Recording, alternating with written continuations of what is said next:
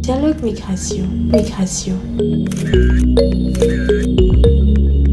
Dialogue migration. Que mon arrivée au Sénégal m'a permis de redistribuer les cartes, de grandir, de devenir la meilleure version de moi-même. Je me suis redéfini autrement. Je peux dire que je suis différent par rapport à celui que j'étais il y a de cela quelques années. Lui, c'est Yao Roger Patrice Beteka, j'ai 32 ans. Je suis de nationalité béninoise et je suis au Sénégal depuis 4 ans déjà. En 2021, il pose le pied sur le sol sénégalais en quête de bagages intellectuels qui pourraient éclairer sa route. Primo, les études au Sénégal sont de qualité. Et le Sénégal, c'est un pays d'intellectuels. Et aussi, il ne faut pas négliger l'aspect de la stabilité parce que voilà, au Sénégal, on peut dire que c'est un pays stable, c'est un pays qui est ouvert au monde. Venir étudier au CESTI, une décision qui jusqu'ici ne fait pas office de regret. J'ai eu beaucoup d'expériences positives.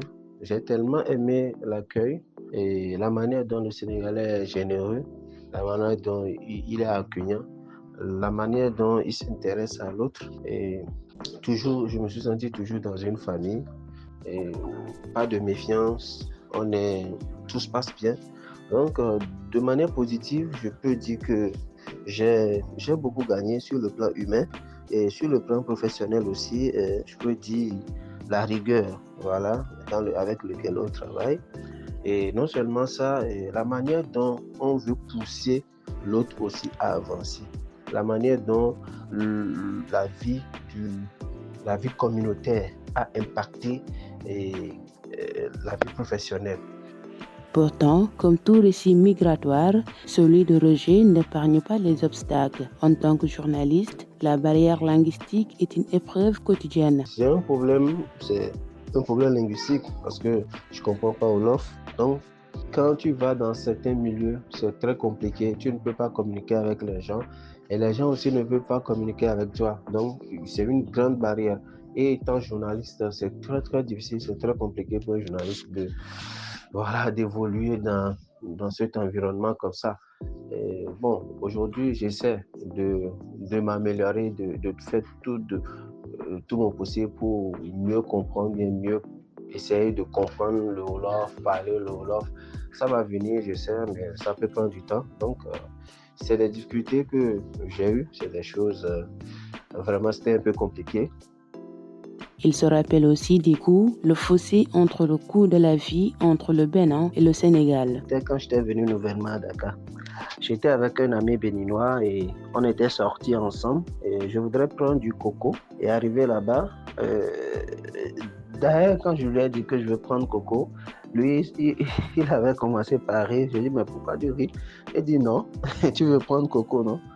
Je dis oui. Il dit ok, d'accord. Je dis mais c'est pas cher, c'est à 200 francs. Parce que moi, je me croyais toujours à Cotonou, quoi. Et il s'est éclaté de rire encore davantage. Et il dit bon, on va demander le prix. Et c'est quand j'étais parti là-bas, je dis bon, je veux.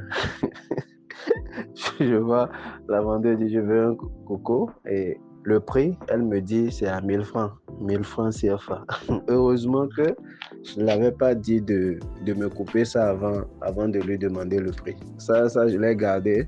Et quand ça, si je me rappelle, ça me fait rire, quoi. Pour Roger, cette migration est bien plus qu'un déplacement géographique. C'est une thérapie, une tentative de réécrire une identité et de repousser des limites. L'expérience, elle est bonne.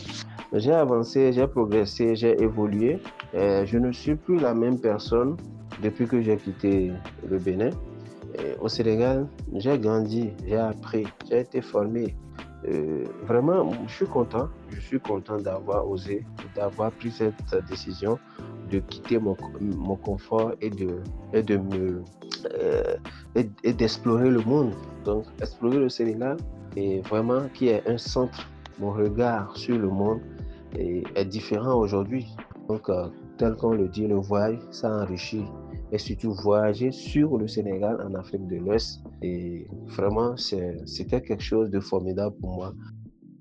Au Sénégal, Roger apprend à écouter autrement. Pour lui, la migration n'est pas une fuite, c'est une invitation, celle d'apprendre à parler au monde qui lui attend d'être entendu.